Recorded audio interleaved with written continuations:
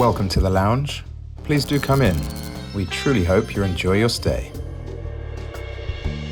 If you enjoy our videos, please subscribe, like, and share so we can continue to provide you with the best in travel tips, news, and information.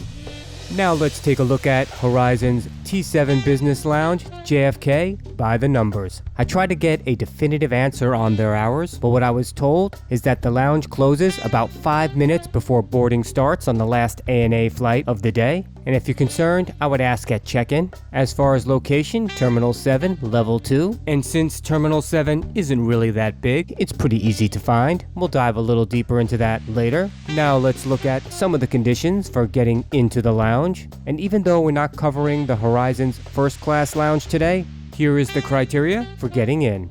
Now let's look at the criteria for getting into the lounge we're covering today, the Horizons T7 Business Lounge, and we just made the cut by flying Premier Economy. That's one of the reasons we chose ANA Airlines for this trip, because we get lounge access here and in Tokyo. And here's a list of a few of the amenities offered at the lounge. Now we're going to dive a little deeper into what the Horizons T7 Lounge has to offer. We'll show you how to get there, and we'll take a look at the space, the food, the drinks, and more. And here was our flight for the day, going from JFK in New York City to Haneda Airport in Tokyo. Now let's look at how to get there. We're going to take sort of a detailed look on how to get to the airport and the lounge from the city by either train or subway, as well as how to transfer from within the airport. So if you want to skip the directions and just see details on the lounge, skip ahead. We have chapter markers below. From New York City, we took the MTA Long Island Railroad train from Moynihan Train Hall to Jamaica Station in Queens, where we caught the air train. And we have a video on how to get to JFK from New York City by train. We'll add the link below. You'll take the air train if going to JFK by train or subway. As we look at the air train route and the airline directory, ANA Airline occupies Terminal 7. Once you arrive at the air train stop, you can take the escalator, stairs, or elevator down and just follow the signs leading you towards Terminal 7. Now I think we should take a moment and look at the JFK Terminal 7 map. Here you can see where the ANA check-in counters currently are, where security check-in is, and where you can find Horizons T7 lounges. And to get to the T7 terminal from the air train, we actually had to walk outside for a little bit and cross the street. And this is where you'll be arriving if you come in by car. Okay, let's speed this up a bit. And once you cross the street, you can see the signs directing you to where ANA Airlines is.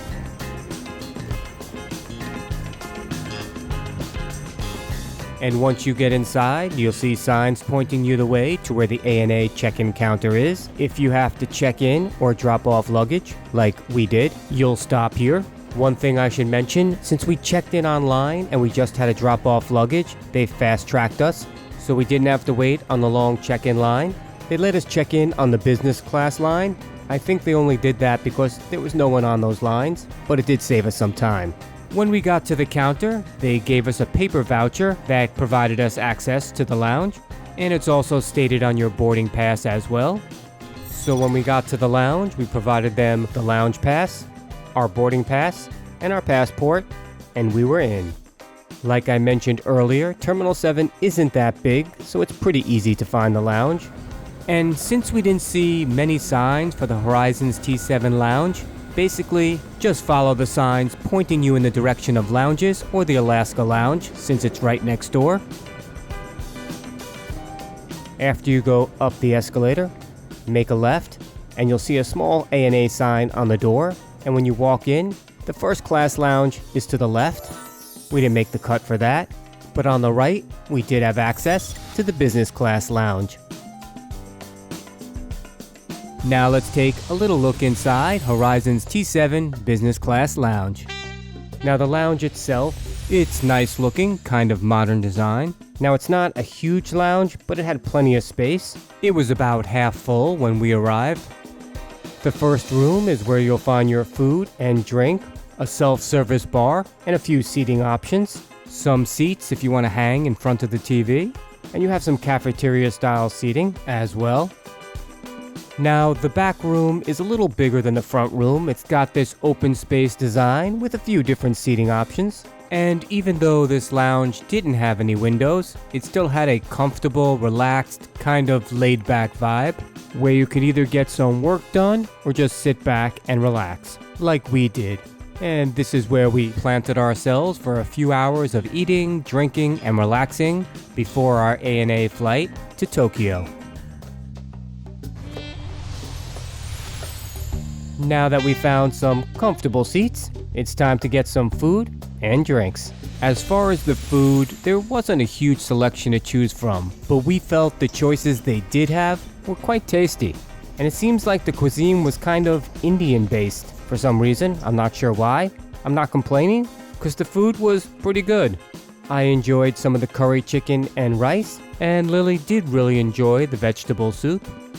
Now they also had a salad bar, fresh fruit, of course, and the staple for all lounges, snacks and more snacks. And they had an assortment of these snacks to choose from. And for those of you with a sweet tooth, they had a few options as well.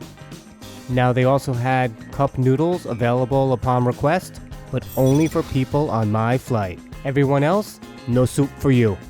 And being responsible, they also had signs up pertaining to food allergies. Now let's move on to some of the beverages. They had a mango mint water, which I think tasted a little more like guava. It was actually quite refreshing. They had some bottled water, one fridge filled with sodas, and another filled with a couple of different beers. And if you wanted something a little stronger, we move over to the self-serve bar, where they didn't have a huge selection of bottles, but enough to make a cocktail or two. They also had a few red wines, as well as some whites, rosé, and sparkling on ice to choose from. And one of the good things about being your own bartender, you always get a good pour. Let's just take a quick look at the bathrooms. Like I mentioned in other videos, the only thing I'm looking for in a lounge bathroom is that it's clean and fully stocked. The bathroom wasn't incredibly huge, but it was fairly clean.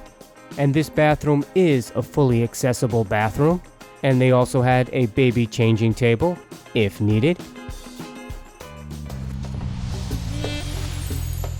Now let's take a look at the charging, internet, and Wi-Fi. Fortunately, at the tables we were sitting at, they had AC and USB options. Now it's time to test the Wi-Fi, not once, but twice. And as you can read, our internet speed was fine. Now let's take a look to see if there are any extras in the lounge. There wasn't much going on besides the food and drink, but of course they did have the departure boards. And there are a few shower rooms. Although we didn't use the shower on this visit, if you need to use the shower, just go up to the front desk and schedule a time. Now for some final thoughts.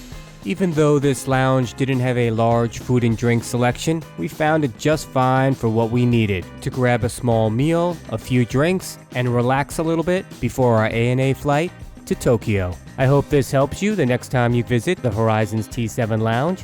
Safe travels. Please subscribe, like, and share to keep up with all our latest travel news, tips, and reviews, and we do appreciate it as it does help support the channel.